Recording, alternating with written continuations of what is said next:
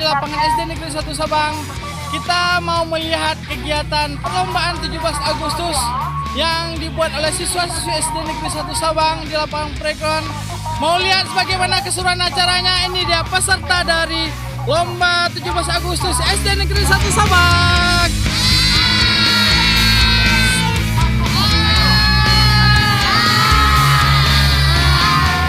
Saya bersama siswa-siswi yang nggak ikut lomba hari ini ya. Nggak ikut lomba hari ini. Takut terbalik katanya. Takut jatuh. Untuk Oke, yang depan dulu ya. kita jadi sponsor pendukungnya. Oke, dadah. Satu. Halo, Mari kita lihat pertunjukan dan perlombaan SD Negeri 1 Sabang. Oke. Oke, mulai dari lomba apa Pak Jas? Kita mulai lomba balap sarung. Setelah itu ada pancing kerupuk, ada juga sungai beracun dan lain-lain. Ini perlombaan pertama berarti balap sarung Pak Jas. Balap sarung. Oke, kita coba lihat persiapannya.